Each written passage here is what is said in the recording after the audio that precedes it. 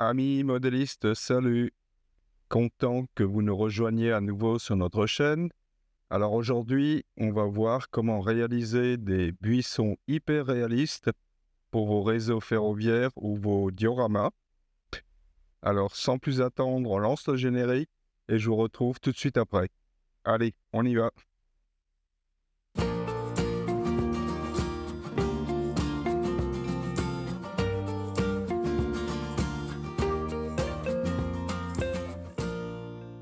Alors donc nous voilà ici pour créer ces buissons. La matière de base, c'est de la mousse islandaise qu'on trouve à relativement bon marché. Donc de la mousse, je crée des petits îlots et avant de l'utiliser pour faire des buissons, je la passe au four à 200 degrés max et à 30 secondes max. C'est pour enlever un petit peu de sa souplesse et de la sécher. Donc surtout pas plus que 30 secondes. Alors on va enduire la surface de ces petits morceaux de mousse islandaise de Mod Podge. Je prends du Mod Podge de façon à donner de la rigidité au buisson et à la mousse qui malgré tout, malgré le séchage en four, reste encore relativement souple. Le Mod Podge va solidifier le tout et créer une base idéale pour la suite des opérations. Donc on fait ça au pinceau. C'est très facile à enduire de Mod Podge. Donc c'est de la colle blanche en fait, un petit peu plus résistant que la colle à bois. Voilà. Donc une fois que c'est fait, on va pouvoir passer à la deuxième opération. Alors pour ce faire, j'utilise mon B-Flock de Microrama, qui est génial comme appareil. Et je le charge avec des fibres électrostatiques de couleur verte, peu importe la couleur en fait, de 12 mm de longueur. Alors le B-Flock, dans la mallette, il y a énormément d'accessoires qui le rend extrêmement versatile. Je mets la mousse islandaise revêtue de Mod Podge sur une pincette métallique sur laquelle je viens clipser le pôle négatif du B-Flock et je vais appliquer le flocage de ces fibres de 12 mm sur la surface précédemment encollée. Voilà, donc les fibres se redressent.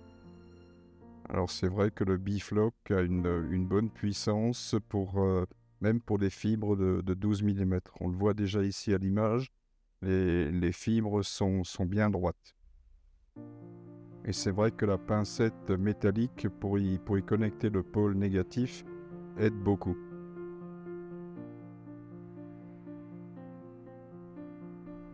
Voilà, donc on continue et on obtient un petit buisson poilu. Voilà. Donc n'en mettez pas trop, parce que toutes ces fibres vont augmenter le volume de votre buisson. Donc au départ, partez sur des segments ou des petits morceaux de mousse islandaise relativement petits, à mesure où la taille va augmenter de manière significative après les différentes opérations. L'opération suivante consiste à charger le B-Flock avec des fibres électrostatiques de différentes tailles, donc du 2 mm, du 4 mm et du 6 mm. On mélange tout dans le conteneur, on mélange bien, de façon à obtenir des ramifications de longueurs différentes sur les fibres de 12 mm qu'on a mis précédemment. Voilà, donc on sépare un petit peu les fibres qui ont tendance à faire des boulottes. Et on met tout ça dans le conteneur du B-Flock. Alors l'avantage aussi du B-Flock, c'est qu'il est livré avec différents conteneurs. Donc j'y mets une grille intermédiaire. Donc pas la grille la plus grosse, la grille intermédiaire le bifloc doit être livré avec 3 ou 4 grilles différentes de dimensions différentes. Voilà, on vient le charger et comme précédemment, on va connecter le... Ah pardon, donc avant de faire le flocage, on vient asperger le petit buisson avec de la colle en bombe et on vient faire le flocage. Donc là déjà, on change radicalement la forme et l'aspect de notre buisson. Donc comme précédemment, le buisson est accroché sur une pincette métallique sur laquelle on a fixé le pôle négatif. Donc on voit effectivement que la surface du buisson devient extrêmement fine avec ces fibres de 2, 4 et 6 mm qu'on vient d'appliquer sur les fibres de 12 mm. Alors c'est vrai que le bifloc est génial pour ce genre d'opération, d'ailleurs pour tout type d'opération, type flocage. Donc là encore, cette opération vient augmenter le volume de notre buisson. Alors, côté négatif, le flocage vient s'attacher à cette pincette métallique et c'est un petit peu compliqué pour tout nettoyer à la fin.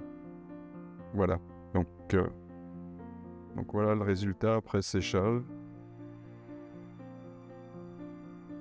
Donc, comme on peut le constater, le volume a augmenté d'une manière significative après ces 2 opérations de flocage, du 12 mm, puis du 6, 4 et 2. Donc partez sur des volumes relativement petits au départ. Voilà. Ensuite, on s'attache à mettre du feuillage. Pour ce faire, j'utilise des produits NOC, donc de différentes couleurs, pour donner un peu de variété. Alors là, sur mon bifloc, j'ai monté le plateau électrostatique sur lequel je viens faire un mélange de deux feuillages différents de la marque NOC, de façon à obtenir un feuillage pas trop uniforme. Je le mélange sur le plateau. Et donc là, vous allez voir, ça va sauter comme des puces. Donc pareil, je mets le pôle négatif sur ma pincette. Et voilà, donc là on vient faire le flocage par procédé électrostatique. Alors n'en mettez pas trop. Et à la fin de l'opération, on tapote de façon à enlever l'excédent. Et donc là, on a un buisson super réaliste. Alors il continue, malgré qu'il est arrêté, le bifloc, il continue à exercer de l'électrostatique, de l'effet électrostatique. Donc touchez pas trop, au risque de prendre une décharge. Alors la deuxième manière, c'est d'utiliser du fine turf de Woodland Celix qu'on vient déposer dans une passoire. Alors c'est un turf extrêmement fin. Donc on en met un petit peu dans la passoire et donc on va de nouveau pré-encoller avec de la colle en bombe. Donc là je ne le montre pas. Et on vient saupoudrer notre buisson avec du fine turf de chez Woodland Celix. Donc là pareil, une fois floqué, on enlève l'excédent. Assurez-vous que ce flocage rentre dans tous les interstices et qu'il n'y ait pas d'interstice sans flocage. Donc on tapote pour enlever l'excédent et on a un deuxième type de buisson différent du premier. Sympa également, mais d'aspect différent. Voilà, je vous en montre un deuxième, donc pré-encollage avec la colle en bombe et on vient saupoudrer avec le fine turf de chez Woodland Celix au travers de la passoire. Donc là on voit que le buisson a quand même pris du volume.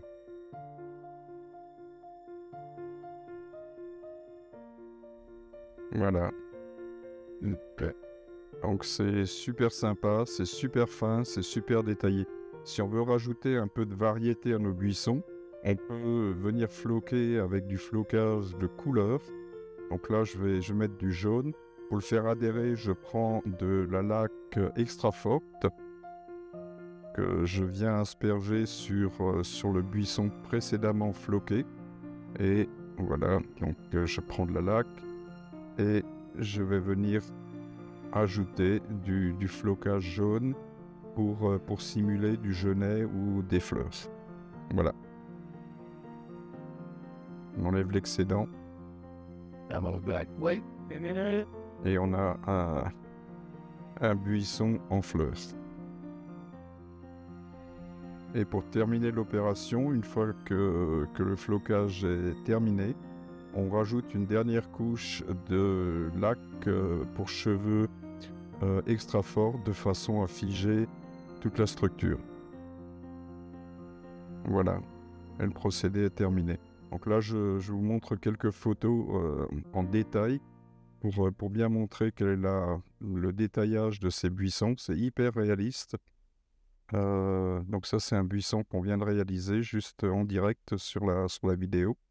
On voit effectivement que ça, c'est le deuxième type de buisson avec le flocage Woodland Scenics, donc une structure différente qui apporte de la variété sur votre réseau.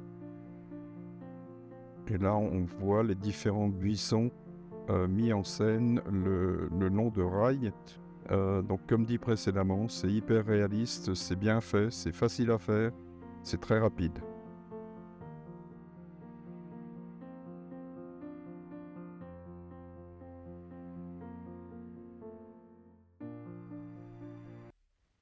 Alors, on se retrouve après ce petit tuto. J'espère qu'il vous a plu et que vous avez appris quelque chose. Si c'est le cas, pensez à vous abonner, à activer la petite cloche, à partager, à liker. Cela aide beaucoup notre chaîne. Alors, je vous dis à une prochaine vidéo. Très bon week-end à tous et à plus.